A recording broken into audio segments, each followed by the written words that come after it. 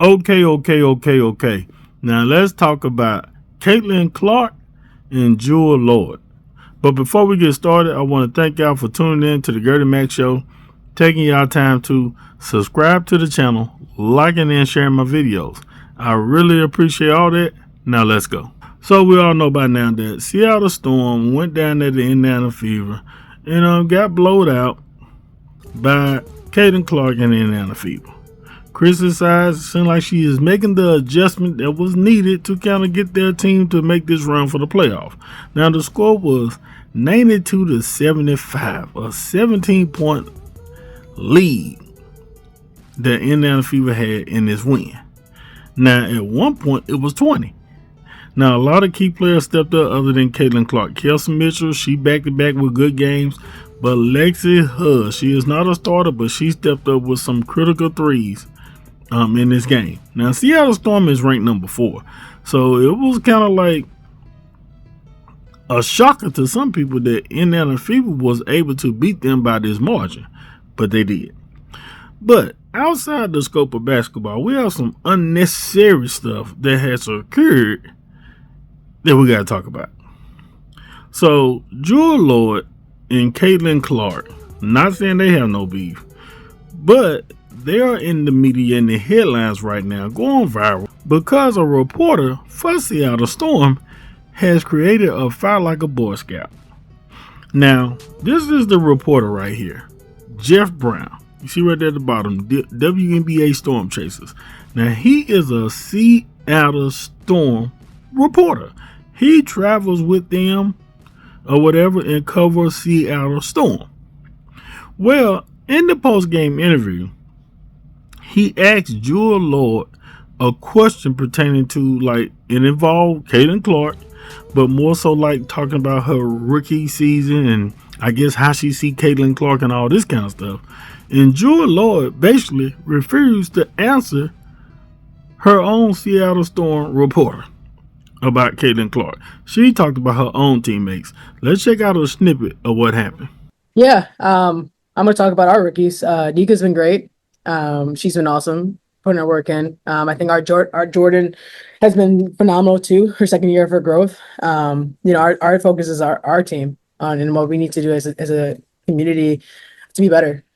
So I feel like what this group has in a locker room has made us better. And that's the biggest importance for us is focus on our personnel and what we need to do to, get things going.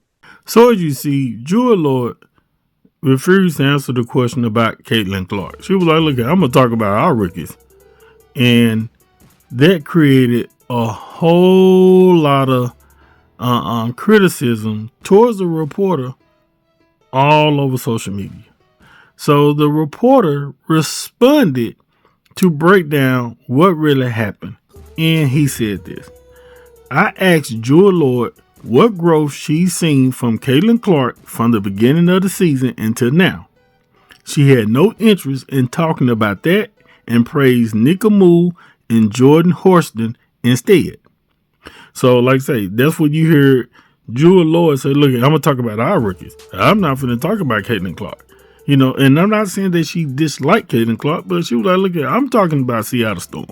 You want to talk about Caitlin Clark? Yeah, maybe you need to go over there in the Indiana Fever locker room and talk to Caitlin Clark. So he kept getting a whole lot of people responding, and they weren't really in his favor. So he came back to respond again and said this: since a lot of people are making assumptions, for clarity, the full question was about Caitlin's growth from the start of this season to now, and what Jewell remembered about her own rookie season where she grew and developed into the rookie of the year. I get what he's trying to say. He wasn't saying that he trying to just ask her about Caitlin Clark. He was just asking her based around the whole rookie of the year talk, Caitlin Clark and all this kind of stuff. Jewell Loyd was the rookie of the year when she came in. And I want to say it's 2015. And he would just want to get some take on her development and how Caitlin Clark development now compared to back when she was rookie of the year.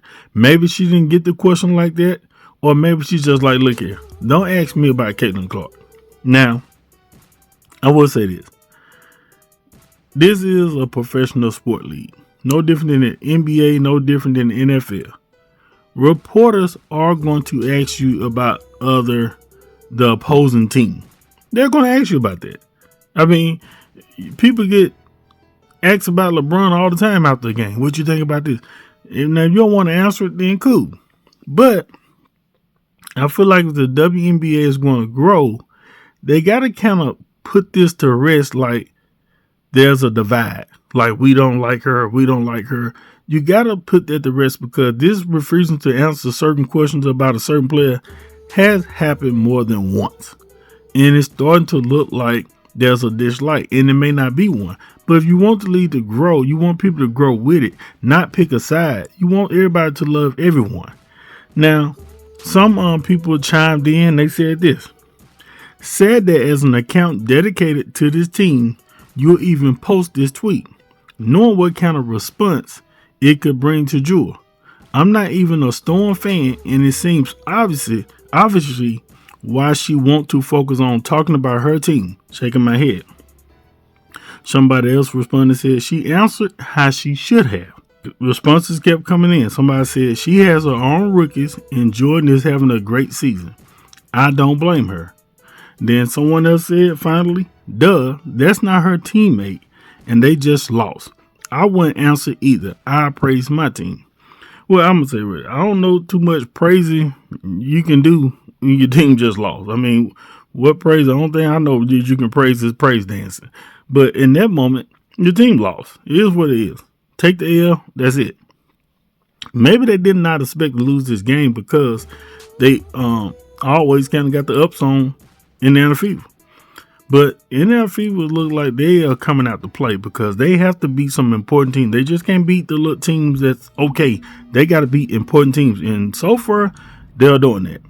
And maybe Seattle Storm just taking this loss a little different because at first it was a good game, but the way it ended, 17-point blowout, ranked number 4, Indiana Fever number 7, wasn't a good game the way they finished.